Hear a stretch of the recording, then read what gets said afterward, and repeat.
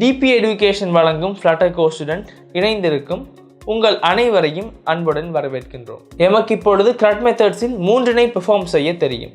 மேலும் எமக்கு டாக்குமெண்ட் ஒன்றை கிரியேட் செய்ய, டாக்குமெண்ட் ஒன்றை ரீட் செய்ய, கிரியேட் செய்த டாக்குமெண்ட்டினை முழுமையாக டிலீட் செய்ய தெரியும். நான் உங்களுக்கு இப்பொழுது நாங்கள் கிரியேட் செய்த டாக்குமெண்ட் ஒன்றை சரியாக அப்டேட் செய்வது எவ்வாறு என்பதை விளக்குகின்றேன். இது மிகவும் கடினமான செயல் இல்லை. நாங்கள் கோடிற்கு சென்று கிரியேட் செய்த டாக்குமெண்ட் ஒன்றை அப்டேட் செய்வது எவ்வாறு என்பதை பார்ப்போம்.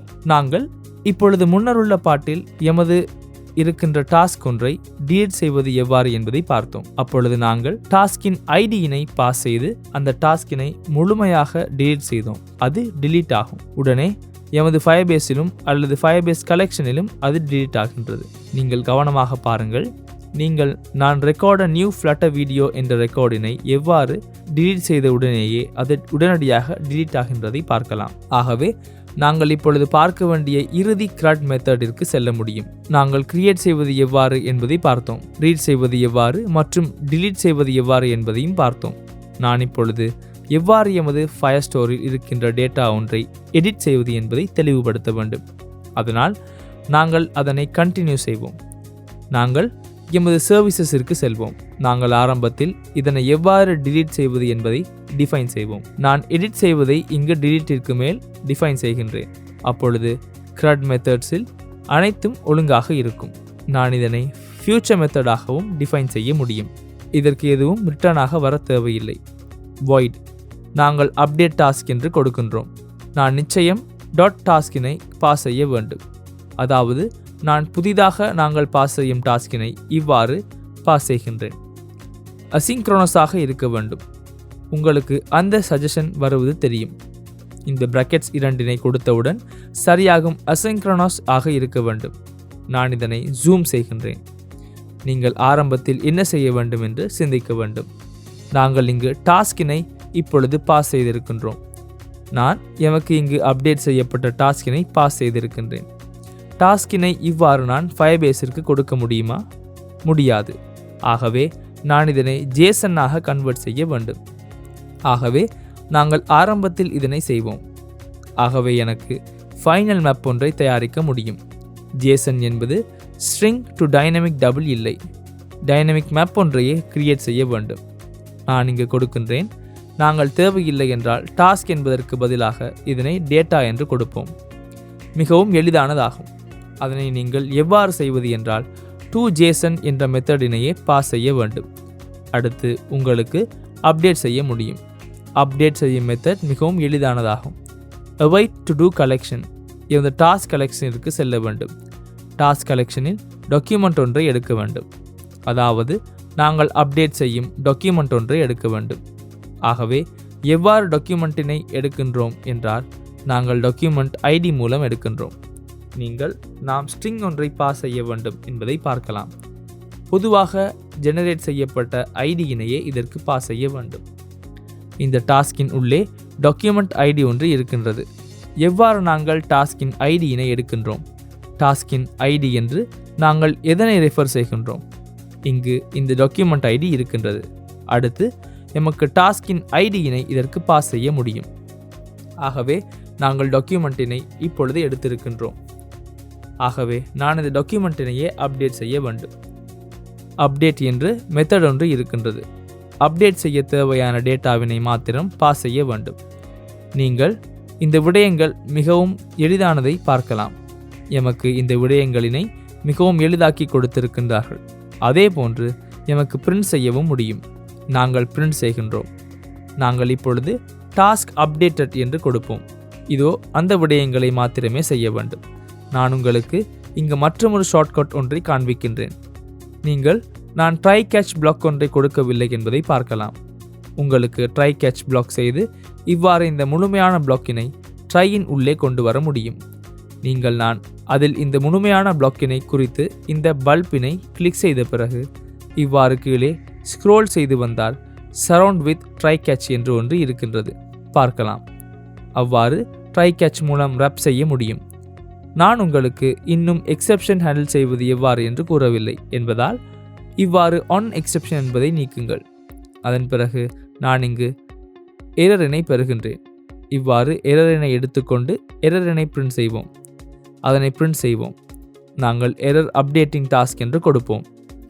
மேலும் நான் இங்கு எனக்கு வரும் எரரினையும் பிரிண்ட் செய்கின்றேன். அதனால் எனக்கு எந்த எரர் வந்தது என்று எளிதாக பார்க்க முடியும். இவற்றினையே செய்ய வேண்டும். நான் சரியாக இங்கு டாக்குமெண்ட்டிற்கு சென்று டாக்குமெண்ட்டினை அப்டேட் செய்வதையே செய்ய வேண்டும். இந்த மெத்தட்ஸ் அனைத்தும் எமக்கு SDK மூலம் டிஃபைன் செய்யப்பட்டிருக்கின்றன. எமக்கு வேறு எந்த விடயங்களையும் செய்ய தேவையில்லை.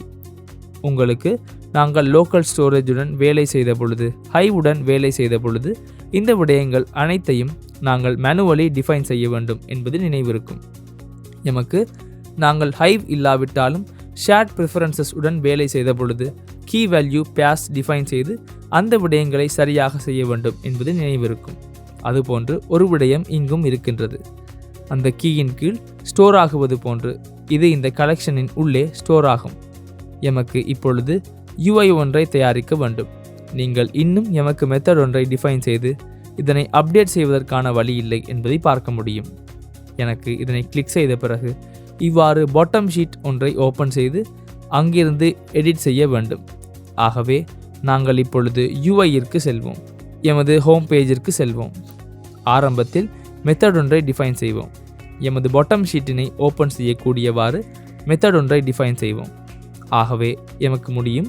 நான் இங்கு மேலே வந்து ஆரம்பத்தில் இந்த மெத்தடினை டிஃபைன் செய்கின்றேன். எனக்கு இந்த இடத்தில் பாட்டம் ஷீட் ஒன்றை ஓப்பன் செய்ய வேண்டும். அதாவது ஓப்பன் அ பாட்டம் ஷீட். இதுவும் void ஆகும். நாங்கள் இதற்கு show edit task bottom sheet என்று கொடுப்போம். ஷோ எடிட் செய்ய இந்த பாட்டம் ஷீட்டிற்கு டாஸ்க் ஒன்று தேவையாகும். நான் இதற்கு நிச்சயமாக எடிட் செய்ய வேண்டிய அல்லது இப்பொழுது செலக்ட் செய்யப்பட்ட டாஸ்க் எது என்று பாஸ் செய்ய வேண்டும். ஏனென்றால் நான் இங்கு சரியாக அறிய முடியாது. நான் எனக்கு முன்னர் இதில் இருக்கின்ற டேட்டாவினை காண்பிக்க வேண்டியதால் எடிட் செய்ய வேண்டும். அதன் பிறகு எனக்கு இவ்வாறு டாஸ்க் கண்ட்ரோலர் ஒன்றை தயாரிக்க முடியும். நாங்கள் எனது டாஸ்க் கண்ட்ரோலரினை ஏற்கனவே தயாரித்திருக்கின்றோம். நான் அந்த டாஸ்க் கண்ட்ரோலரின் டெக்ஸ்டாக இந்த இடத்திற்கு பாஸ் செய்யப்படும் டாஸ்கின் நேமினை கொடுக்க முடியும். நான் உங்களுக்கு இதனை ஏன் செய்தேன் என்பதை பின்னர் விளக்கமாக கூறுவேன். பட் உங்களுக்கு இதனை இப்பொழுது அறிந்து கொள்ள முடியுமாக இருக்க வேண்டும். இங்கு ஷோ மாடல் பாட்டம் ஷீட் என்று ஒன்று இருக்கின்றது. நாங்கள் அதனையே யூஸ் செய்ய வேண்டும். எனக்கு ஷோ மாடல் பாட்டம் ஷீட் தேவையாகும். இதில் கண்டெக்ஸ்டாக கண்டெக்ஸ்ட் இருக்கின்றது. நான் பில்டர் என்பதையே தயாரிக்க வேண்டும். நீங்கள் பில்டருக்கு கண்டெக்ஸ்ட் ஒன்றை பாஸ் செய்ய வேண்டும். எமக்கு இதனை ரிட்டர்ன் செய்ய முடியும். இவ்வாறு ரிட்டர்ன் செய்ய வேண்டும். உங்களுக்கு இந்த கண்டெக்ஸ்டின் டைப் வேண்டுமென்றால் பில்ட் கண்டெக்ஸ்ட் என்று கொடுக்க முடியும். பட் அது அவசியமில்லை. நான் அதனை எவ்வாறு கொடுக்க வேண்டும் என்பதை முன்னர் கூறியிருந்தேன். எனக்கு இப்பொழுது இந்த பில்டரில் எனது விஜெட் ட்ரீயினை ரிட்டர்ன் செய்ய வேண்டும். நாங்கள் இங்கு ரிட்டர்ன் செய்வோம். நான் இங்கு சிங்கிள் சைல்டு ஸ்க்ரோல் வியூ ஒன்றின் உள்ளே இந்த விடயங்களை ரிட்டர்ன் செய்கின்றேன். சிங்கிள் சைல்டு ஸ்க்ரோல் வியூ தேவையில்லாமலும் இருக்கலாம். நான் எமக்கு சிங்கிள் சைல்டு ஸ்க்ரோல் தேவையில்லை என்றால் இதனை ரிமூவ் செய்கின்றேன். எமக்கு இதன் சைல்டாக நான் இதற்கு பேடிங் விஜெட் ஒன்றை கொடுக்க முடியும். எனக்கு அந்த பேடிங் விஜெட்டில் பேடிங்காக சிமெட்ரிக் பேடிங் ஒன்று தேவைப்படுகின்றது. நான் அந்த சிமெட்ரிக் பேடிங்கினை கொடுக்கின்றேன். எனக்கு வெர்டிக்கல் டிரெக்ஷனில் 30 வேண்டும். மேலும் கீழும் 30, மேலும் இரு பக்கங்களிலும் எக்ஸ் டிரெக்ஷன் அல்லது ஹாரிசான்டல் டிரெக்ஷனில் எனக்கு 15 போன்ற பேடிங் ஒன்று தேவைப்படும். பேடிங் விஜெட் கொடுக்கப்பட்டது. அடுத்ததாக நமக்கு சைஸ் பாக்ஸ் ஒன்றை கொடுக்க முடியும். இந்த விடயங்களை, அதாவது நாங்கள் பாட்டம் ஷீட்டினை சைஸ்டு பாக்ஸ் ஒன்றின் உள்ளே ரப் செய்கின்றோம். அதாவது அதில் காண்பிக்கப்படும் விடயங்களை ரப் செய்கின்றோம். எனக்கு பின்னர் இந்த விடயங்களை எடிட் செய்ய வேண்டுமென்றால் எளிதாக இருக்கும். நாங்கள் பேடிங்கின் உள்ளே பேடிங்கினை கொடுத்துள்ளோம். இதில் சைல்டு ப்ராப்பர்ட்டி இருக்கின்றது. எனக்கு அந்த சைல்டு ப்ராப்பர்ட்டியில் சைஸ்டு பாக்ஸ் ஒன்றை கொடுக்க முடியும். நான் இங்கு இந்த UIயினை இம்ப்ளிமெண்ட் செய்வதை போன்று நீங்கள் செய்ய வேண்டும் என்று இல்லை. நீங்கள் இதனை விடவும் வேறு விதமாக இம்ப்ளிமெண்ட் செய்ய முடியும். நாங்கள் இந்த விடயங்களை முன்னருள்ள செக்ஷனில் பார்த்திருந்தோம். நான் இந்த சைஸ்டு பாக்ஸிற்கு ஹைட்டினை கொடுக்கின்றேன். மீடியா query டாட் ஆஃப் கண்டெக்ஸ்டினை நிச்சயம் எடுக்க வேண்டும். ஆஃப் கண்டெக்ஸ்டினை எடுக்க வேண்டும். நீங்கள் அந்த கண்டெக்ஸ்டின் மூலம், அதாவது நாங்கள் இருக்கின்ற ஸ்க்ரீனின் சைஸினை எடுக்க முடியும். நான் இந்த சைஸின் ஹைட்டில் இருந்து 0.6 என வேல்யூ, அதாவது 60% ஹைட்டினை காண்பிக்கின்றேன். அடுத்ததாக நான் இங்கு சைஸ்ட் பாக்ஸின் உள்ளே சைல்டாக காலம் ஒன்றை ரிட்டர்ன் செய்கின்றேன். ஏனென்றால் எனக்கு பட்டன் சிலவற்றை காண்பிக்க வேண்டும். அந்த விடயங்களினை காண்பிக்க வேண்டும். அவற்றை காண்பிக்க காலமில் செய்வது எளிதாக இருக்கும். நான் காலமின் சில்ட்ரனாக பாஸ் செய்ய வேண்டும். நான் ஆரம்பத்தில் டெக்ஸ்ட் ஃபீல்ட் ஒன்றை பாஸ் செய்கின்றேன். ஏனென்றால் நான் எடிட் செய்வது, அதாவது நாங்கள் நேமினை டைப் செய்ய வேண்டும். அதனால் எனக்கு ஆரம்பத்தில் டெக்ஸ்ட் ஃபீல்ட் ஒன்று தேவையாகும். அடுத்து எனக்கு பட்டன் ஒன்று தேவைப்படுகிறது. ஓவரால் பார்த்தால் அப்டேட் செய்யும் பட்டன் ஒன்றாகும். நான் அந்த பட்டனினையும் ஆட் செய்கின்றேன். ஆரம்பத்தில் டெக்ஸ்ட் ஃபீல்டினை இவ்வாறு வைக்க வேண்டாம். நாங்கள் இதனை ஆரம்பத்தில் ஃபில் செய்வோம். உங்களுக்கு நாங்கள் அந்த டெக்ஸ்ட் ஃபீல்டின் கண்ட்ரோலராக கண்ட்ரோலர் ஒன்றை கொடுத்தோம் என்பது நினைவிருக்கும். நீங்கள் அந்த கண்ட்ரோலராக இங்கு இருக்கின்ற டாஸ்க் கண்ட்ரோலரினை கொடுக்க முடியும். அது உங்களுக்கு நிச்சயம் தெளிவாக வேண்டும். நாங்கள் டாஸ்க் மூலமே இந்த விடயங்களை கண்ட்ரோல் செய்கின்றோம். நான் இங்கு இவ்வாறு கொடுக்கின்றேன். டெக்கரேஷனாக இன்புட் டெக்கரேஷன் ஒன்றை கொடுக்க வேண்டும். நீங்கள் இன்புட் டெக்கரேஷனாக நான் கொடுத்தது ஹிண்ட் டெக்ஸ்ட் மற்றும் எனது பார்டர் ஆகும் என்பதை பார்க்கலாம். இது மிகவும் கடினமான விடயமில்லை. டெக்ஸ்ட் ஃபீல்டில் தேவையான விடயங்கள் இப்பொழுது கொடுக்கப்பட்டுள்ளன. அடுத்து நான் சைஸ்ட் பாக்ஸ் ஒன்றை கொடுக்கின்றேன்.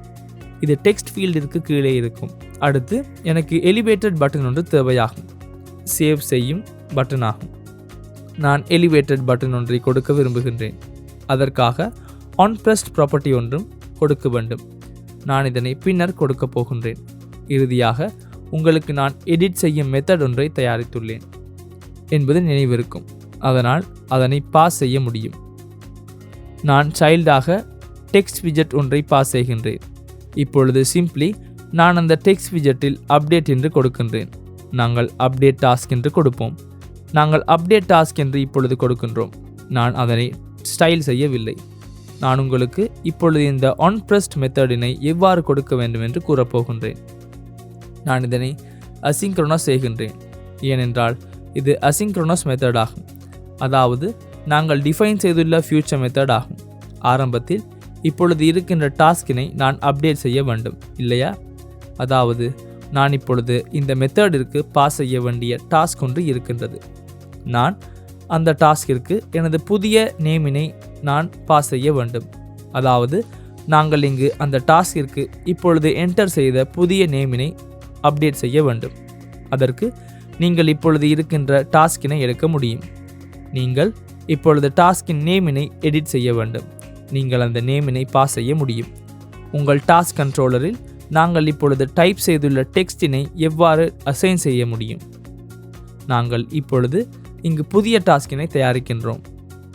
நாங்கள் அதாவது டாஸ்கின் நேமுடன் டாஸ்கின் அப்டேட் செய்ய போகின்றோம்.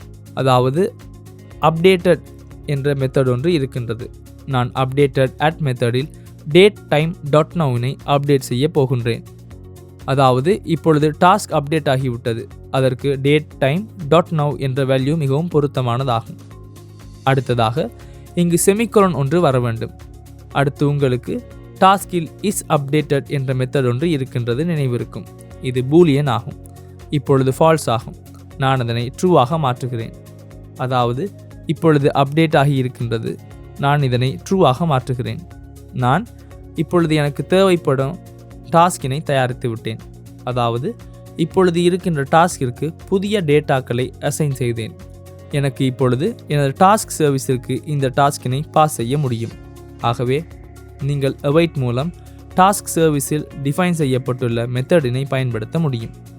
உங்களுக்கு நாங்கள் அப்டேட் டாஸ்க் என்ற மெத்தடினை டிஃபைன் செய்துள்ளோம் என்பது நினைவிருக்கும். அதற்கு இப்பொழுது இருக்கின்ற டாஸ்கினை பாஸ் செய்ய வேண்டும். அந்த விடயங்களையே நாம் செய்ய வேண்டும். அதாவது நாங்கள் இங்கே டைப் செய்த வேல்யூஸ்களை அசைன் செய்தோம். நான் இதனை UIயில் காண்பிக்கிறேன். அப்பொழுது நீங்கள் சரியாக இதனை அறிந்து கொள்ள முடியும். நாங்கள் இதில் மீதமுள்ளவற்றினை கம்ப்ளீட் செய்வோம். நாங்கள் டாஸ்க் கண்ட்ரோலரினை கிளியர் செய்ய வேண்டும். அதன் பிறகு இந்த கண்டெக்ஸ்ட் மூலம் பாப் செய்ய வேண்டும். நீங்கள் நவிகேட்டர் டாட் ஆஃப் கண்டெக்ஸ்ட் மூலம் நிச்சயம் பாப் செய்ய வேண்டும். நாங்கள் பேசிக்கலி இவ்வளவே செய்ய வேண்டும். நான் இப்பொழுது மெத்தட் தயாரித்து விட்டேன். நான் இப்பொழுது இந்த மெத்தடினை பைண்ட் செய்ய வேண்டும். நான் இங்கு டாஸ்க் ஒன்றை கிளிக் செய்த பிறகு நான் இந்த பாட்டம் ஷீட்டினை காண்பிக்க வேண்டும். இதனை எவ்வாறு செய்வது? இது கடினமான விடயமில்லை. நாங்கள் இங்கு கீழே சென்று அந்த வேலையை செய்ய முடியும். உங்களுக்கு நாங்கள் இங்கு தயாரித்ததை லைஃப் ஸ்டைல் உள்ளே கொடுத்தோம். என்ன நினைவிருக்கிறதா? அந்த லைஃப் ஸ்டைல் மெத்தட் ஒன்று இருக்கின்றது.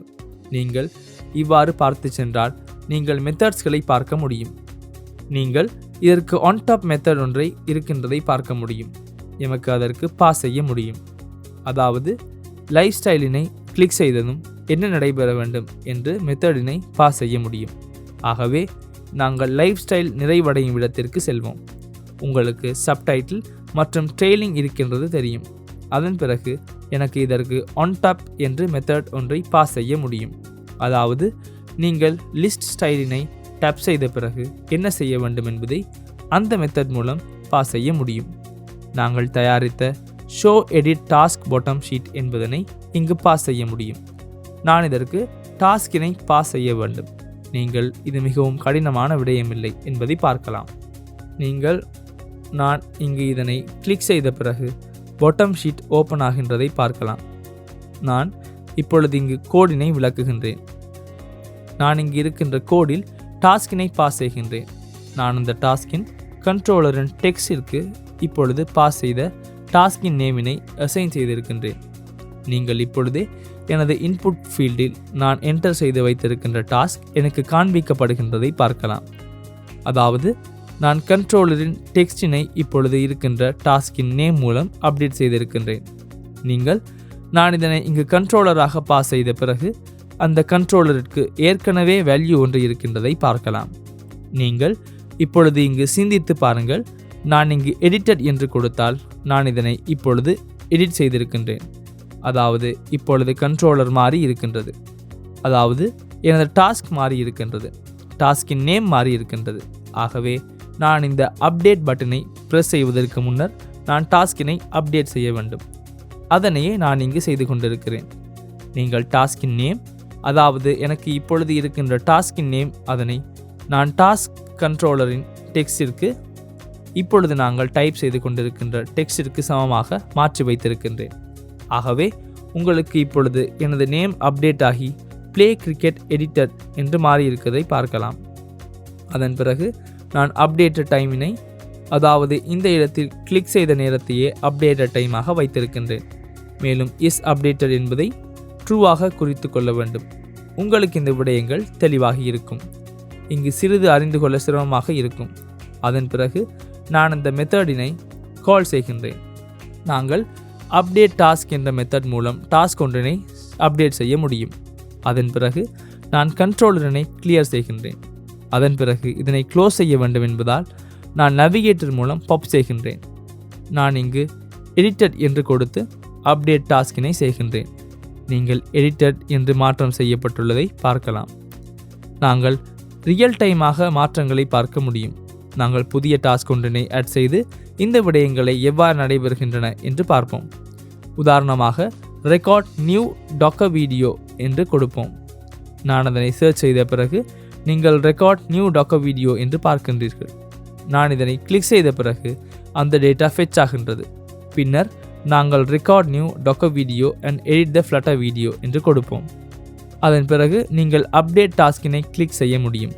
நீங்கள் பார்க்கின்றீர்கள் அது ரியல் டைமாக அப்டேட் ஆகின்றது. அதன் பிறகு அது டேட்டா பேஸில் எவ்வாறு மாறுகின்றது என்பதையும் பார்க்க முடியும். நீங்கள் இதனை ரியல் டைமாக பார்க்க முடியும். நான் இதனை உங்களுக்கு காண்பிக்கின்றேன். உங்களுக்கு ரியல் டைமாக மாறுகின்றதை பார்க்க முடியும். நான் இதனை மீண்டும் அப்டேட் செய்கின்றேன் என்று சிந்தித்து பாருங்கள். வீடியோ அல்லது ப்ளே கிரிக்கெட் என்று கொடுத்து அப்டேட் செய்தால் நீங்கள் அந்த நேரத்திலேயே அப்டேட் ஆகின்றதை பார்க்கலாம். அந்த கலெக்ஷன் அப்டேட் ஆகும் பொழுது அது ஆரஞ்சு கலராக காணப்படுகின்றது. ஆகவே நான் இதனை டிலீட் செய்கின்றேன். நீங்கள் அதனை அந்த நேரத்திலே டிலீட் ஆகியதை பார்க்க முடியும். ஆகவே நாங்கள் எவ்வாறு எமது கலெக்ஷன் அல்லது டாக்குமெண்ட்டில் இருக்கும் டாக்குமெண்ட்டினை எமது கலெக்ஷனில் அப்டேட் செய்ய முடியும் என்பதை பார்ப்போம். நீங்கள் இப்பொழுது இது மிகவும் கடினமான விடயமில்லை என்பதை அறிந்து கொண்டீர்கள். நான் இதனை டாஸ்க் இருக்கின்ற கலெக்ஷனிற்கே செய்தேன். நாங்கள் முன்னர் பார்த்த விடயங்களை நீங்கள் உங்கள் தேவைக்கேற்ப அப்ளை செய்ய முடியுமாக இருக்க வேண்டும். நீங்கள் உங்களிடம் யூசர்ஸ் என்று கலெக்ஷன் இருக்கலாம், அல்லது டு டூஸ் என்று கலெக்ஷன், நோட்ஸ் என்று கலெக்ஷன் இருக்கலாம். என்று நினைத்து பாருங்கள். எந்த ஒரு விடயத்திற்கும் நீங்கள் இந்த நாலேஜினை அப்ளை செய்ய முடியும். நான் இந்த முழுமையான செக்ஷனில் இருக்கின்ற சோர்ஸ் கோடினை முன்னர் கூறியவாறு நீங்கள் GitHub ரெபாசிட்டரியின் மூலம் அக்சஸ் செய்ய முடியும். நான் இந்த ரெபாசிட்டரிக்கு செல்லும் லிங்கினை டிஸ்கிரிப்ஷனில் கொடுத்துள்ளேன். நான் உங்களுக்கு இப்பொழுது சிறிய ஐடியா வரும் என்று நினைக்கின்றேன். இல்லை என்றால் ஓவரால் சிறந்த ஐடியா இருக்கும். நாங்கள் டேட்டாபேஸினை மற்றும் ஃபயர்பேஸ் மூலம் ப்ரொவைட் செய்யப்படும் ஃபயர்ஸ்டோர் டேட்டாபேஸுடன் எவ்வாறு வேலை செய்கின்றோம் என்பது பற்றி பொதுவாக சிறந்த ஐடியா வந்திருக்கும். மேலும் நீங்கள் இந்த கன்ஃபிகரேஷன்ஸ்களை தயாரித்து இந்த மெத்தட்ஸ்களை டிஃபைன் செய்வது எவ்வாறு என்பதை சரியாக அறிந்து கொள்ள வேண்டும். நாங்கள் இதனை ஆரம்பத்தில் அறிந்து கொள்ளவில்லை என்று நினைத்தோம். அதனால் இது கடினமானது போன்று தோன்றினாலும் எமக்கு இதில் ஃபயர்பேஸ் மற்றும் ஃப்ளட்டர் செட்டப் செய்வது கடினமான பாட்டாகும். நாங்கள் அதனை செட்டப் செய்த பிறகு இந்த விடயங்கள் மிகவும் எளிதாக யூஸ் செய்ய முடியும். ஃபயர்பேஸில் இருக்கின்ற மற்ற சர்வீசஸ்களும் இது போன்றதாகும். நீங்கள் இது authentication, functions, hosting, machine learning, real time database, storage போன்றவை என்று நினைக்கலாம். நாங்கள் இந்த அனைத்தையும் SDK-இனை செட்டப் செய்த பிறகு எளிதாக யூஸ் செய்யலாம். நீங்கள் இப்பொழுது நாங்கள் எவ்வளவு எளிதாக டேட்டாபேஸினை யூஸ் செய்ய முடியும் என்பதை அறிந்து கொள்ள முடியும். நீங்கள் நாம் மேனுவலி MySQL போன்ற டேட்டாபேஸினை செட்டப் செய்து டேட்டாபேஸ் queries எழுதினால் இவ்வாறு எளிதாக இந்த செயல்களை செய்ய முடியாது என்பதை அறிந்து கொள்ள வேண்டும். நான் எவ்வாறு நீங்கள் கஸ்டம் டேட்டாபேஸ் மற்றும் கஸ்டம் சர்வரினை கனெக்ட் செய்தீர்கள் என்பது பற்றி தெளிவுபடுத்துவேன். நாங்கள் இந்த விடயங்களை பின்னர் பார்ப்போம். ஏனென்றால் நாங்கள் இதனை ஜேர்னி போன்று எடுத்து செல்கின்றோம். நீங்கள் ஒரே நேரத்தில் அனைத்தினையும் கூறினால் அறிந்து கொள்ள மாட்டீர்கள். அதனால் நான் இந்த விடயங்களை படிமுறையாக தெளிவுபடுத்துவேன். ஆகவே நமக்கு இப்பொழுது CRUD மெத்தட்ஸ் 4 செய்யும் முறை தெரியும். அதாவது எமக்கு டாக்குமெண்ட் ஒன்றை கிரியேட் செய்ய வேண்டும் என்றால் அதனை எவ்வாறு கிரியேட் செய்வது, ரீட் செய்யும் முறை, அப்டேட் செய்யும் முறை, டீலீட் செய்யும் முறை என்பன தெரியும். ஓவரால் எமக்கு பேசிக்கலி தேவையான மெத்தட்ஸ் தெளிவுபடுத்தப்பட்டுள்ளது. நான் இதனை டாஸ்கிற்காக ஸ்பெசிஃபிக்கலி கொடுத்ததால் நீங்கள் இதனை எடிட் செய்ய முடியும். அதாவது இதனை எந்த இடத்திலும் யூஸ் செய்ய முடியும். நான் லெவல்ஸ் அதிகமாக நெஸ்டட் செய்யவில்லை. அதாவது நாங்கள் கிரியேட் செய்யும் டாக்குமெண்ட்ஸில் மேலும் கலெக்ஷன்ஸ் தயாரித்து நெஸ்ட் செய்யவில்லை. நாங்கள் அதனை பற்றி பின்னர் பார்ப்போம். நாங்கள் இப்பொழுது பேசிக் நிலையில் இருக்கின்றோம். நாங்கள் நார்மலி எவ்வாறு கிளவுட் ஃபயர்ஸ்டோர் டேட்டாபேஸுடன் வேலை செய்வது என்பதை பார்க்கின்றோம். நான் இங்கு இது போன்று நாங்கள் மிகவும் எளிதாக இந்த செயல்களை யூஸ் செய்ய முடியுமாக இருந்தது என்பதை கூற வேண்டும். ஏனென்றால் நாங்கள் ஆரம்பத்தில் ஃபயர்பேஸ் SDK செட்டப் செய்தோம். இந்த SDK-வினை செட்டப் செய்ய தேவையில்லை. இதனை REST API போன்று யூஸ் செய்ய முடியும். நீங்கள் அதற்கான டாக்குமெண்டேஷனை பார்க்க முடியும். நீங்கள் how to use Firestore as a REST API என சர்ச் செய்து பாருங்கள். அப்பொழுது உங்களுக்கு REST API போன்று யூஸ் செய்யும் முறையினை பார்க்க முடியும். Under the hood இந்த மெத்தட்ஸ் REST APIs ரன் ஆகிறது. அதனால் மிகவும் காம்ப்ளெக்ஸாக செய்ய தேவையில்லை. நீங்கள் தனியாக ரிப்பேர் செய்து இம்ப்ளிமெண்ட் செய்ய விரும்பினால் நீங்கள் ட்ரை செய்யலாம். பட் நாங்கள் SDK செட்டப் செய்த பிறகு இந்த செயல்களை மிகவும் எளிதாக செய்ய முடியும். அதுவே சர்வீஸ் யூஸ் செய்யும் முக்கியத்துவம் ஆகும். நீங்கள் இந்த செக்ஷனில் பார்த்த அனைத்து சோர்ஸ் கோட்களையும் அக்சஸ் செய்ய முடியும். நீங்கள் டிஸ்கிரிப்ஷனில் கொடுக்கப்பட்ட லிங்க் மூலம் GitHub ரெபாசிட்டரிக்கு செல்ல முடியும். ஆகவே நாங்கள் ஃபயர்பேஸ் அல்லது ஃபயர்பேஸினால் ப்ரொவைட் செய்யப்படும் ஃபயர்ஸ்டோர் டாக்குமெண்ட் டேட்டாபேஸ் என்ற கிளவுட் டேட்டாபேஸ் பற்றி இப்பொழுது பேசிக் விடயங்களை பார்த்திருக்கின்றோம். ஆகவே நாங்கள் சற்று பெரிய, கடினமான, சற்று காம்ப்ளெக்ஸ் அப்ளிகேஷனினை இம்ப்ளிமெண்ட் செய்வது எவ்வாறு என்பதையும் அடுத்த செக்ஷனில் பார்ப்போம்.